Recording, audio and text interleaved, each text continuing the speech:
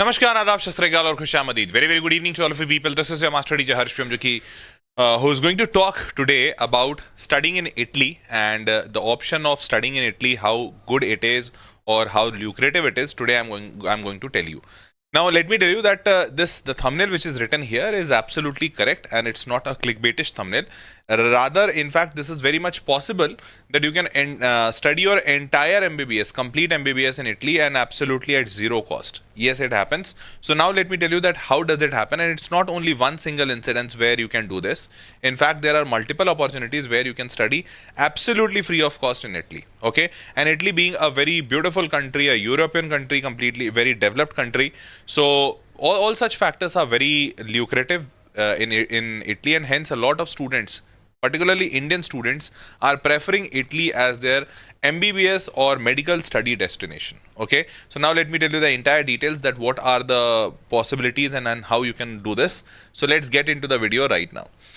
But before getting into the video, if you have not subscribed to the channel, kindly subscribe to the channel so that you can keep on getting the updates, all the informations, PDFs, links, all such important stuff here on the channel and on the Telegram also. Okay, both the links are given in the description box. First of all, now what is the problem of studying in India? So studying in India is not a problem thing. Like in fact, it's very much possible. But the biggest problem what most of the students do face while studying in India is that first of all, that number of medical colleges in India is 706. Okay. Out of all this 706, and this is inclusive of government and private medical colleges. Out of the 706 colleges, total seats are 1,08,915 seats, including government and medical seats. Now here, roughly around 55,000 seats are of government and remaining 53,000 seats, something of that sort, are of private medical colleges. Now, how many students? So even if I assume that everyone has money, although the sad part is that not everyone has money. In fact, there are a lot of students who are not even able to afford private medical college, and hence they have to go for government medical college. But for government medical colleges, the cutoff is pretty high. Now 1,08,000 seats are there, out of which 23,33,297 students appeared for this examination in 2024. Last year this data was around 20 lakhs. Before that this data was much lesser. So what I'm trying to say that every year the number of students are increasing massively, but according to that the number of seats are not increasing in that proportion. So this is the first biggest challenge, that even if I assume that everyone has got a seat, all the medical colleges have filled their seat, all the government colleges have filled their seat, so still only 1 lakh student would be able to get an admission. Out of 23,33,000, still 22 lakh, more than 22 lakh students would be having no seats or no opportunity to study in any medical college in India. That is a sad part, and here comes the problem. Now, moving forward, the next sad part or the next problem is, now say for example, somehow if a student has managed to complete NEET examination and got something good, but not that good that he can or she can land into a government medical college, then what happens? So government college fees is around 50 to 65,000 rupees per year. That means that for 6 years your fees would be, in fact the courses of 5 years, 1 year is internship. So for that much period of time, for 5 years, your fees would be somewhere around like 50,000 into 5, 2.5 lakh rupees. Your entire medical is complete. Even if I take for 6th year also, it is roughly 3 lakh rupees. But now if you come to private medical colleges in India, the sad part that here the minimum fees charged by any private medical college in India is around 7 lakh rupees for 1 year. Now if you multiply this with 6, it becomes 42 lakh rupees in Indian rupees, and if you go for a higher side, it is above 1 crore. So now you can very well imagine that if a student has managed to be a little intelligent, a little extra intelligent than the common masses, still he has to fight this entire net of private medical college, and he has to do more better, like much better, if he has to land into a government medical college. So this is the problem, that first, students do not have this much money because most of the people in India are not so rich that they can afford a fees of 20 lakh rupees per year for their kids to study in medical colleges. They don't have that much money. And the second problem, which is the biggest problem, that we have more than 22 lakh students will have no opportunities at all, even if they have money. So these two problem statements are being solved by this studying in Italy option, and that too with a great infrastructure having already set in Italy. Now let me tell you the details about Italy. So first of all, this data I have got from internet, that at any given point in time there are 1.5 lakh junior doctors who are unemployed. This is a data for India, not for Italy. And the salary, even for those who are employed, who got a job, they are getting a salary of 25,000 rupees to 30,000 rupees per month in India. This is again a very sad part. Now moving forward, so 95% students, national and international, find a job in Italy after their post-graduation in fields such as medicine, engineering and ICT. So this first part is showing that Italy has got a very strong job market. Now second, a doctor working in Italy will typically earn around 112,000 euros per year, and this can range from lowest average salary of 52,000 euros to the highest average of 1,75,000 euros. Now, if I convert, when I converted this 52,000 euros to and 1,75,000 euros, I got 46 lakh would be the minimum, and the maximum would be 1.5 crore rupees per annum. This would be amounting in crores. This would be the salary of a doctor. I'm not saying private practice. Private practice would obviously have a higher benefit or a higher earning capacity. But this much amount you would be able to earn there. Now, moving forward, what is the course duration in Italy? So these two data, like these two lines, would be very sufficient to show you that Italy has got a strong job market, and at the same time Italy has got a very strong paying capacity of the people, so that doctors are earning pretty well there. Okay. Now, MBBS in Italy has again the same methodology what we have in India: 5 years of study, 1 year of internship. Next is private universities and government universities. Just like any other country, Italy also has the same setup.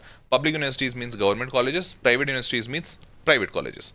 Now the fees. So there also, for private colleges, the fees is on a higher side, 5 lakh rupees, comparatively a little lesser compared to Indian ecosystem, but 5 lakh rupees to 17 lakh rupees. Now public universities do have 80,000 to 3.5 lakh rupees.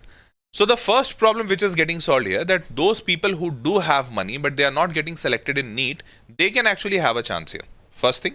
Second thing, those students who do not have money but are talented, they can actually score scholarships and they can study absolutely free of cost in Italy.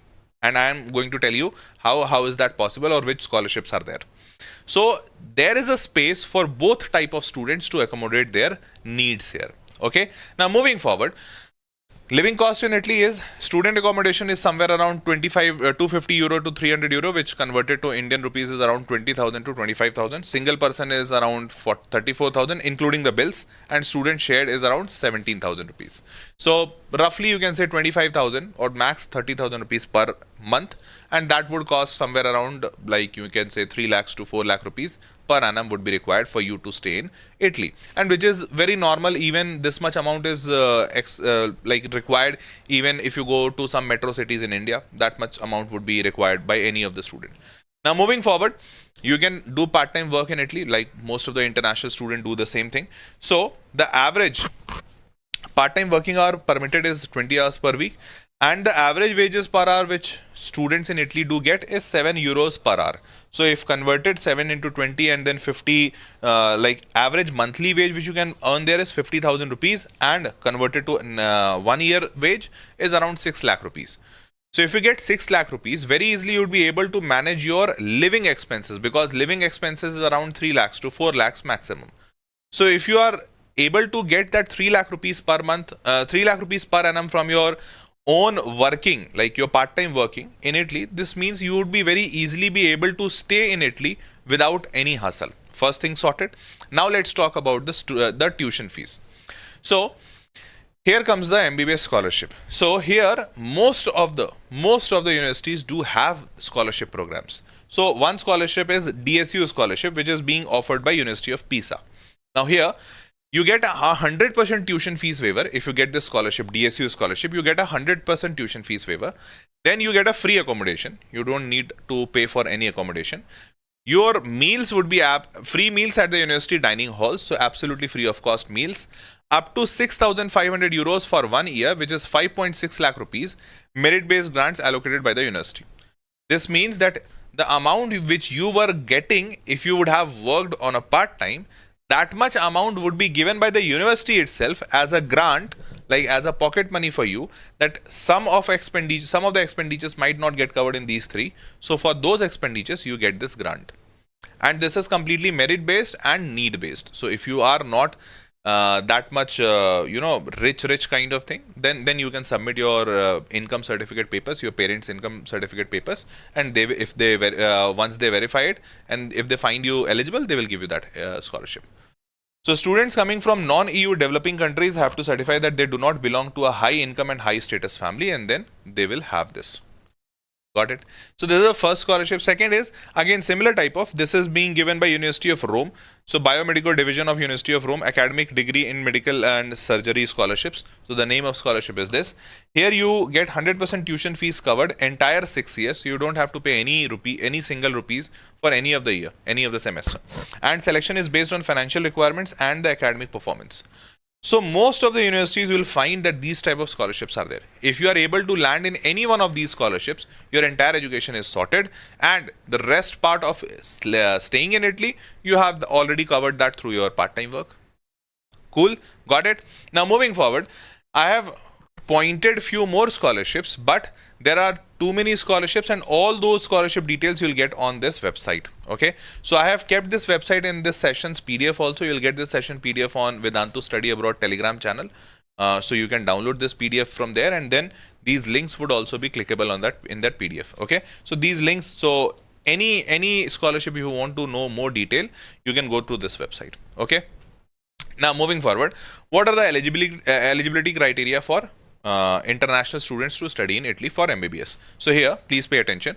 Your age must be 17 years, high school diploma with at least 50% marks in physics, chemistry, biology. So this requirement is also not that great, but obviously you will not get selected at 50%. You'll have to score better.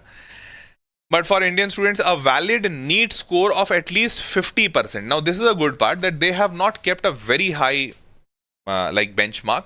It's only 50%. Like out of 720 NEET paper is of 720 marks, you need to get 360 marks. That's it.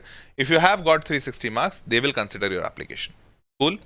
Now moving forward, proof of English language, that is IELTS test that you need to take, and then international medical admission test.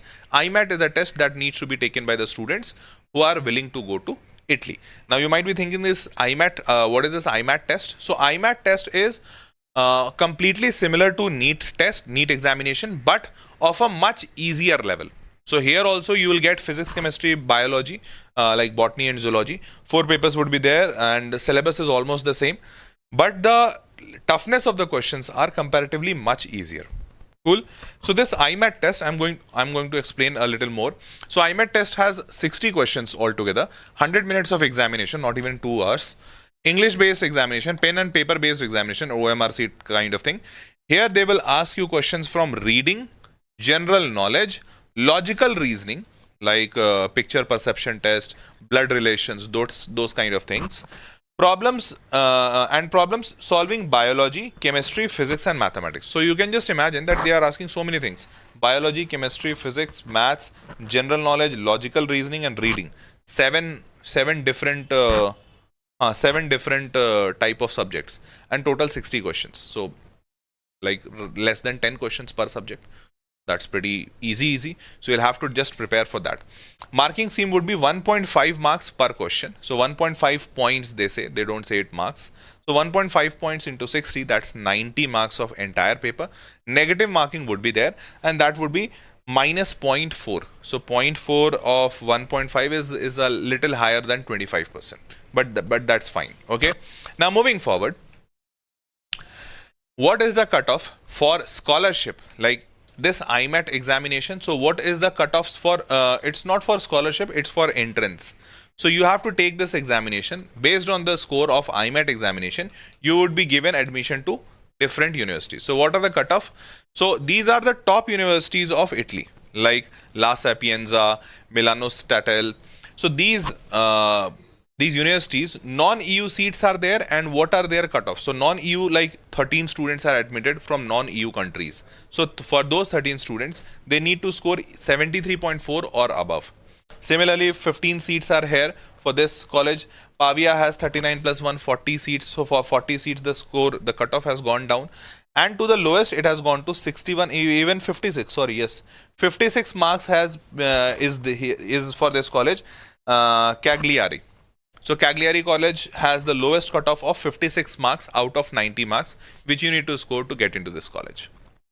I hope I am very clear that what is the procedure. That first of all, you need to have all your documents. If you are not from a financially strong background, you can submit your application for scholarship.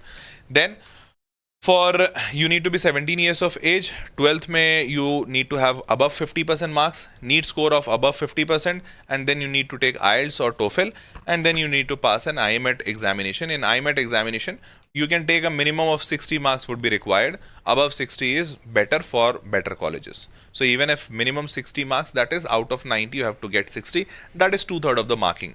And for this 2/3 of the marking, the question paper level is comparatively very easier comparative to NEET examination. Cool. Now moving forward, that was all about this studying in Italy opportunity. I guess I have covered most of the information, but still there would be a lot of information which I would not have touched. So if you need any further details, you can kindly write it down in the comment box. And if you need video on any other different diversified topic, you can write down that also in the comment box. I'll be happy to make a video on that. Okay. With this, it's time to say a goodbye. See you all in the next session. Till then, bye-bye. Take care.